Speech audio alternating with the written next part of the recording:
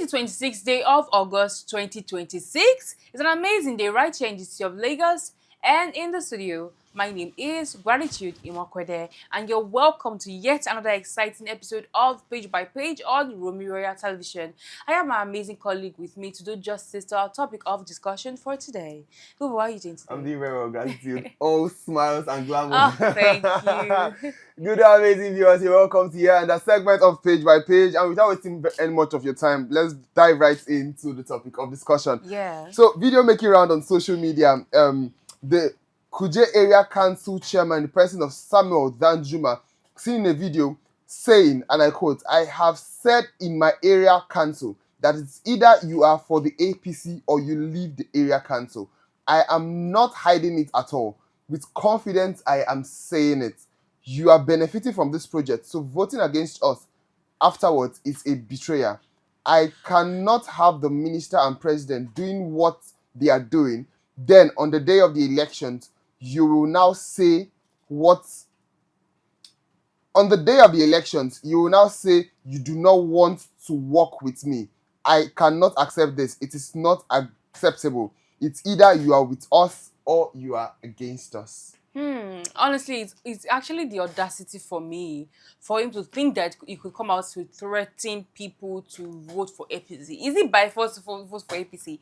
And I just feel like he's getting jittery because he's saying that Nigerians are beginning to wake up. Yeah. Because why would you threaten me if you think that I'm going to be on your side anyway? So I think it's a good one from me.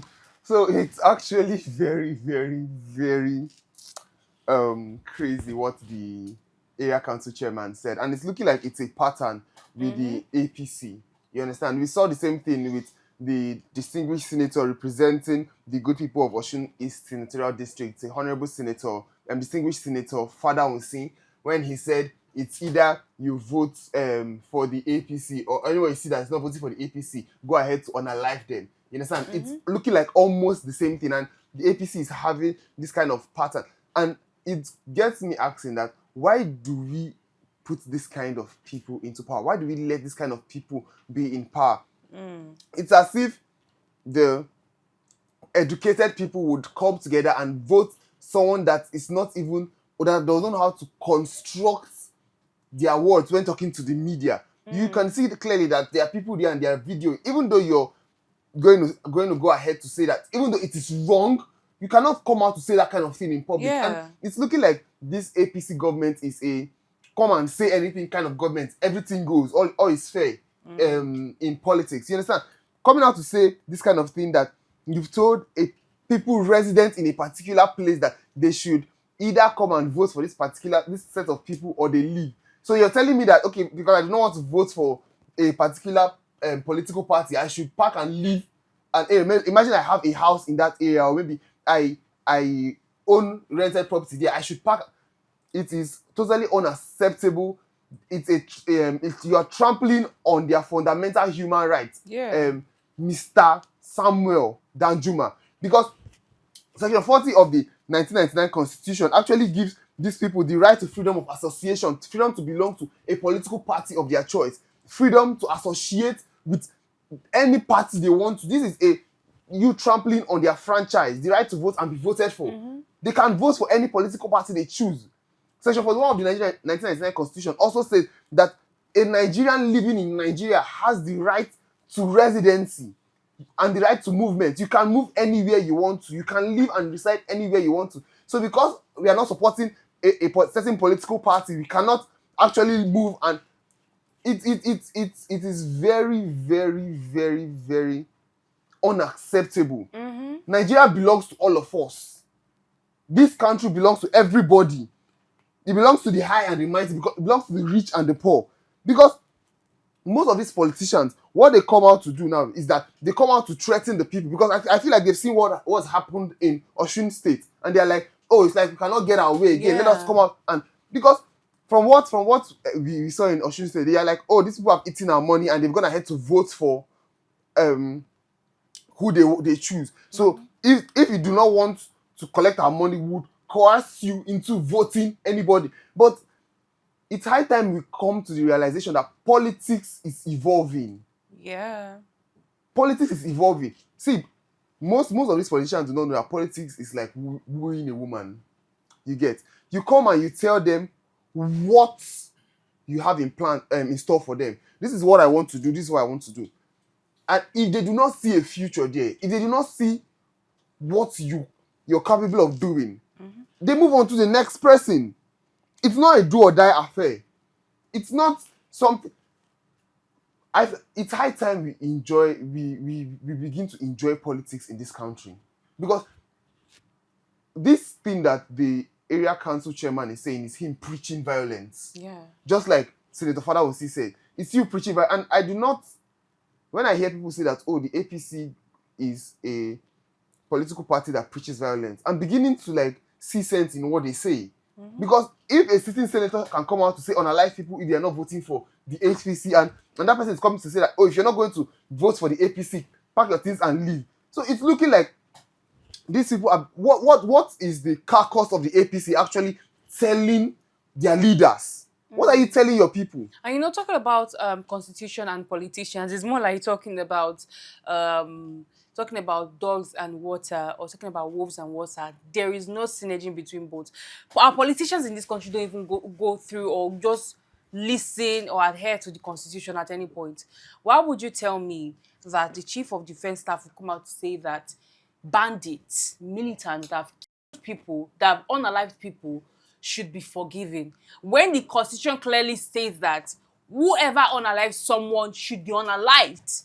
So every single day they keep breaking the constitution. Look at the other day where over 300 people were wed in was it in Kano State? Yeah, Kano. It was in Kano, so 1,550 persons were wed. People that are under the age, girls under the age of 18 and 17, and according to the constitution again, what makes you enable to, have like a consensual relationship with someone should be from, or wedding or whatever, whatnot, should be from 18 years of age and above. But it was not even done. Nobody listened to the constitution at that point. And someone made mention of the Sharia law. Why do we have two laws in the country? Why do Northerners still abide by the Sharia law, and so part of the state, the federation, adhere to the constitution? Why not live under a particular law? So this goes to show that politicians don't even listen to constitutions. They don't listen to the law. They don't believe in the law. So why would you try to impose something on people that you are not even enacting? You have not even done it in the first place. So it makes no sense. So talking about the law, it's going to lead us to our second story of the day, which is, we could see in a video making rounds on social media at the NBA's 66th Annual General Conference in Port Harcourt, where we could see the president of Shonwore saying to Amechi and Peter Obi and other politicians there, saying they have failed Nigerians and they should come out and apologize. That man is a bitter man. Showore is a bitter man. Showore is against everybody. And I am even going to say that I'm very sure Showore is against himself. Maybe he has dual personalities in one body. Because tell me how you would always come out to say shady stuff about people. You're against Tinubu. You're against Very Dark Man. You're against what's it called now? Peter Obi. Who are you not against? Who are you not against? You were saying that he has faulted in his office when he was the governor. He did not do this, he did not do that. What have you done? Let's start from there.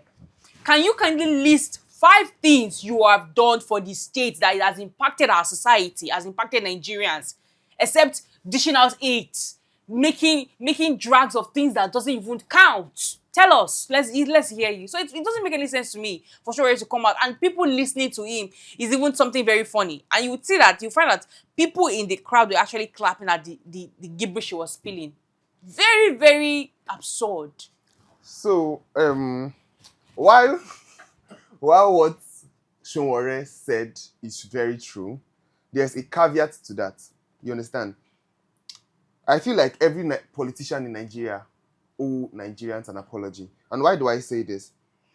Let's not forget, in 2015, Amechi sold Muhammadu Buhari to Nigerians and said he's the best thing that would ever come out of the Nigerian political system in 2015. And now this person is now coming out to fight the APC. when you were one of the chieftains of the APC. You're one of the people that created the APC. And it was alleged that as at the time that you funded the political campaign and paid for the presidential tickets, or bought the presidential ticket for President Muhammadu Buhari and brought him into office. As at the time, Rotimi Chibike Amechi, Right Honorable Rotimi Chibike Amechi, was the campaign chairperson of President Muhammadu Buhari. So I feel like they are all the same. It's just the same people moving from one political party to the other. And Shomore is very right. But where I have an issue with him is, Shomore, from your own perspective, what have you done? Bam. You've never held a political office before. You've never see. When I heard I watched that video on social media.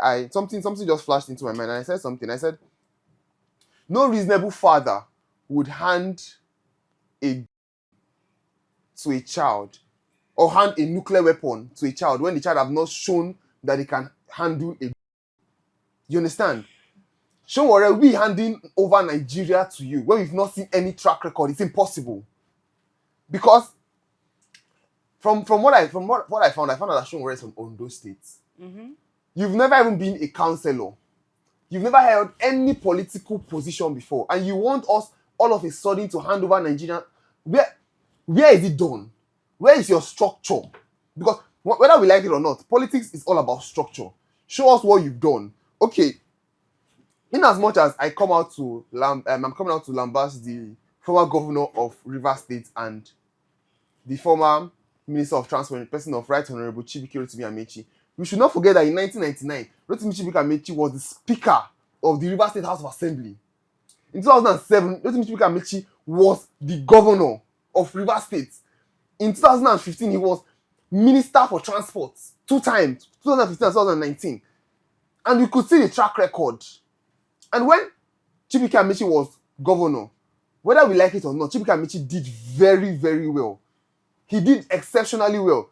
There was a project then he did when he was governor, where he did project 60-60-60, building 60 schools, 60 healthcare centers in 60 communities in Rivers State, which he completed. So we can actually see that this person actually worked. When he was governor, I remember that was when President Goodluck Ebele Jonathan actually removed subsidy and brought it back. And we could see that people who were selling fuel as at the time were they took a lot of time for them to reduce their prices. I remember then that Right Honorable Chibike Rotimi Amechi would drive a power bike round. He was driving a power bank around River State to ensure that the price of fuel dropped drastically.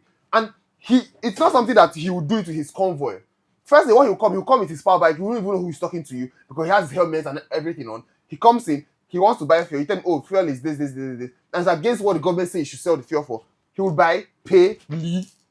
And in less than 10 minutes, he's coming back with his convoy and they're closing down that fuel station. So we've seen the track record from this person. We've seen the track record of Peter Obi. We've seen the track record of Bola Ahmed Tinubu. And we say, okay, based on this person that Nigerians say, okay, we'll go for this person. But Shomore, where is your track record? And that thing again I loved about that thing is it goes to bring back memories where we had the presidential debates, where people can actually come out and probe these people. We can come out and ask questions. And it's as if since this APC came into power, everything is just going sideways. We enjoyed the presidential debate. And I think I mentioned earlier on one of our shows where I mentioned about the brochure. There's always a brochure where a political party will come out and say, these are presidential candidates. This is everything the person has said that they want to do. And I believe in 2011, if I'm not mistaken, 2007, where Umaru Musa Yar'Adua came out with his own brochure and we saw the 7-point agenda. Gone are the days where we enjoy this kind of things. Where we come out and during Muhammadu Buhari, we saw when they came out for the presidential debate. We saw the vice president coming to start. We do not want that kind of presidential debate. It is called a presidential debate for a reason. If you know that you want to contest, it should be enacted in the constitution. If you know you want to contest for a political position, come out and involve yourself in the debate so the people can come out and ask you questions. You understand? So that, see, honestly, if I go ahead to say a lot of things that this APC government is trying to shy away from, and the other I even saw that it was passed into constitution that if you come out with a forged certificate, that it does not. The things we are seeing in the constitution these days is it's not how it used to be. It is not how it used to be. See, it's as if other countries are taking steps forward and we are taking 5 steps backward. I believe that, like I always say, I believe that we can come out and make Nigeria a better place. I also believe that too, but it starts from making a change, being intentional with the change we're going to make. And I just feel like Nigerians need to do something about it, taking advantage of the forthcoming election in 2027. Because what would you tell me that you are trying to, or you are already manipulating the constitution to suit your own personal interests? It is very, very wrong. Very, very wrong. But we leave this on the tables of Page by Page on Rommi Television. We will pick up again next time in the next episode. And to all our amazing viewers out there, thank you so much for staying with us on this amazing episode of Page by Page. And also don't forget to follow us on all our social media platforms on Instagram, Facebook, TikTok, YouTube, and X. My name is Gratitude in Makwede. And my name is Uwodurogo. It's been amazing. Bye for now. Bye for now.